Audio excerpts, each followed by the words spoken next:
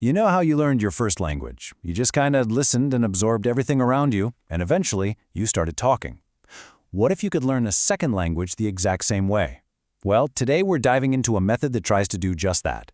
It's called the natural approach. So, here's our game plan. First, we'll pin down a clear definition of the natural approach. Then, we'll get into the core principles and the theory behind it. After that, we'll see what this looks like in a real classroom, and finally, we'll weigh the good against the bad. All right, let's jump right in. Part 1, defining the natural approach. So, what is this method really all about? At its heart, the whole point of the natural approach is to copy the way we all learned our first language as kids. The focus is 100% on communication and getting tons of input that you can actually understand.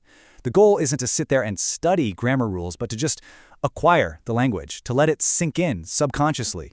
And you can see right here just how different this is from a typical language class. It's all about input, not drills. It's about getting the meaning across, not worrying about perfect grammar. And notice that comprehension comes before you're ever expected to say anything. Plus, and this is a big one, it recognizes that how you're feeling, your emotional state, is absolutely crucial to the whole process. So that all sounds interesting, but how does it actually work? Let's get into the core principles and the theory behind the magic. So, what are these guiding principles? Well, the entire approach is built on a few really foundational ideas, and once you get these, it'll all make sense why a natural approach classroom looks and feels so different. Okay, first and most important is this idea of comprehensible input. This is basically the fuel for the entire engine. The theory says we acquire language in only one way, by understanding messages. So the teacher's main job is to provide language that's just a little bit beyond what the student already knows. Think of it as I+1, where I is your current level. It's a sweet spot, just challenging enough to learn something new, but not so hard that you get frustrated and give up. But here's the thing. All that amazing input is useless if your brain can't absorb it. That's where this next idea, the effective filter, comes in. Imagine an invisible wall. When a learner is stressed, anxious, or just not feeling confident, that wall goes up, and this filter literally blocks the language from getting in. That's why a relaxed, supportive classroom isn't just a nice-to-have. It's absolutely essential for learning to even happen. And all of this leads to a super important distinction between acquiring a language and learning one. They are not the same thing. Acquisition, that's subconscious. It's just picking up a language, like a kid does. Learning, on the other hand, is the conscious process of memorizing verb charts and grammar rules. The natural approach argues that consciously learning rules doesn't actually help you speak fluently. The real prize is acquisition. Okay, so we've got the theory down. Give people input they can understand and keep their stress levels low. But what does that actually look like in practice? Let's step into the classroom. The whole vibe is totally different from what you might be used to. The teacher is basically a source of interesting, understandable language.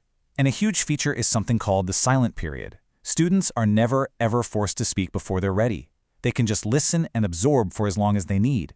And when they do start talking, mistakes are seen as a natural part of the process, not something to jump on and correct. It's all about keeping that affective filter low. So what does this input actually sound like? Well, imagine a teacher showing a picture like this one. They wouldn't start grilling students on verb tenses. No, they'd just describe what's going on, using simple language, gestures, and the picture itself to make sure the message gets through, even if you don't know every single word. And the activities are all designed to be meaningful and low stress. You might see stuff from other methods like total physical response or TPR. That's where a teacher gives a command like stand up or point to the door, and students just do the action. The goal of every activity is always about communicating something real, not just practicing grammar for the sake of it. Now, this approach sounds pretty intuitive and really learner-friendly, right? But what about the real world? Let's move on to a balanced evaluation and look at the pros and the cons. Okay, on the plus side, that low-stress environment is fantastic for building confidence, and the focus on communication is super practical for real life. But there are some pretty big criticisms.